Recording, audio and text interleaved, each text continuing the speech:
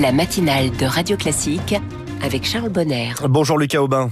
Bonjour Charles. Dans l'écho du monde, ce matin à 7h44, en ce premier jour de l'année, on va rester en Europe.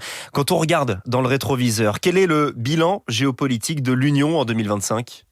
Alors, le mot qui s'impose, c'est fragilité. Fragilité stratégique, fragilité politique, fragilité militaire. En 2025, l'Europe a vécu une année sous tension permanente. La guerre en Ukraine ne s'est pas arrêtée. Elle continue de structurer toute la sécurité du continent. Et surtout, elle a confirmé une réalité dérangeante. L'UE reste dépendante de décisions prises outre-Atlantique. Le retour de Donald Trump à la Maison-Blanche a agi comme un électrochoc. Le message est très clair. Les États-Unis n'entendent plus garantir la sécurité européenne par défaut. L'aide, le soutien, les garanties deviennent conditionnels, négociables et parfois brutaux pour les Européens. C'est un changement de paradigme historique. Et en parallèle, Vladimir Poutine a montré qu'il jouait sur le temps long. Pas de compromis politique, pas de recul stratégique. L'objectif reste le même, affaiblir l'Ukraine, tester l'OTAN, diviser les Européens. Pendant ce temps-là, l'UE réagit, mais elle n'impose pas encore le tempo. Même si l'expression est un peu surannée, peut-on parler de 2026 comme de l'année de tous les dangers pour l'Europe ? Alors, elle est surannée, certes, Charles, mais c'est pour une raison simple, parce que les trois grandes puissances du moment avancent en même temps, chacune selon sa propre logique néo-impériale hors de ses frontières. Donald Trump veut redéfinir l'ordre international par le rapport de force. Il parle de deal, de coûts, de retour sur investissement. Et l'OTAN n'est plus un pilier sacré. C'est un outil pour lui parmi d'autres. Il souhaite le Groenland. Il veut diviser, vassaliser l'UE. Vladimir Poutine, lui, voit 2026 comme une année décisive. Il mise sur l'usure occidentale, sur la lassitude des opinions publiques, sur les divisions internes de l'Union européenne. Chaque élection nationale, chaque débat budgétaire, chaque agitation européenne est et sera exploitée. Et puis, bien sûr, il y a Xi Jinping. La Chine observe attentivement, elle n'est pas engagée militairement en Europe, mais elle pèse diplomatiquement, économiquement et technologiquement. Pékin voit une opportunité.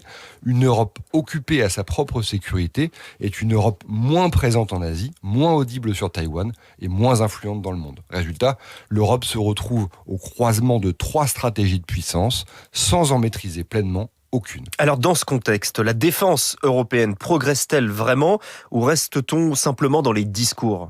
Alors, il y a, Charles, du progrès, mais il est lent, inégal et encore insuffisant. Oui, les budgets militaires augmentent. Oui, certains pays, la Pologne notamment, les États baltes, les pays nordiques aussi, ont clairement changé de dimension stratégique. Oui, l'idée d'une Europe capable de se défendre seule n'est plus tabou. Mais dans les faits, la défense européenne reste fragmentée. Trop de systèmes d'armes différents, trop peu de coordination industrielle et trop peu de décisions prises à l'unanimité. On parle en fait d'autonomie stratégique, mais on dépend encore massivement des capacités américaines, notamment en ce qui concerne le renseignement, la logistique et la dissuasion. La vraie question pour 2026, finalement, est assez simple. L'Europe acceptera-t-elle enfin de penser la défense comme un bien commun ou continuera-t-elle à additionner des politiques nationales parfois mal coordonnées ? C'est là, en fait, que se joue la crédibilité européenne. Alors pour conclure, faut-il être pessimiste ou lucide ? Alors, il faut évidemment être lucide, mais sans être paralysé. L'Europe n'est pas faible, elle est riche technologiquement, elle est riche politiquement, mais elle hésite encore à se comporter comme une puissance. Or, le monde dans lequel nous entrons ne laisse plus beaucoup de place aux acteurs indécis. Trump, Poutine, Xi Jinping ont une chose en commun, ils pensent en termes de rapport de force. L'Europe, elle, continue souvent de penser en termes de normes, de procédures, de compromis internes.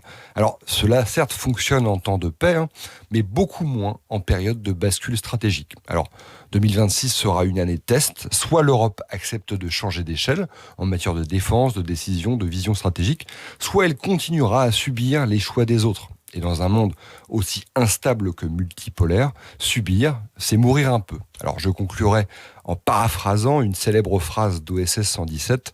Pour l'Europe, en 2026, il s'agirait de grandir.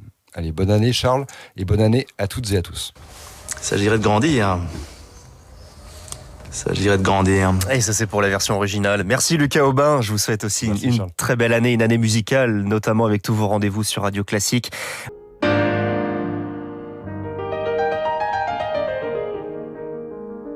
Il est 7h49. Place à un hommage à une icône.